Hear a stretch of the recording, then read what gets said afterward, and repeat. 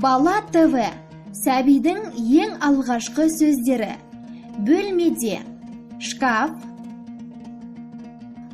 үстел, орындық, диван, сағат, теледидар, кереует,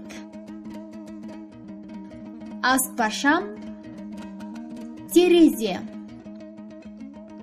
Жемістер: алма, алмұрт, жүзім, шие, лимон, қара өрік, апельсин, қарбыз, қауын, банан, киви.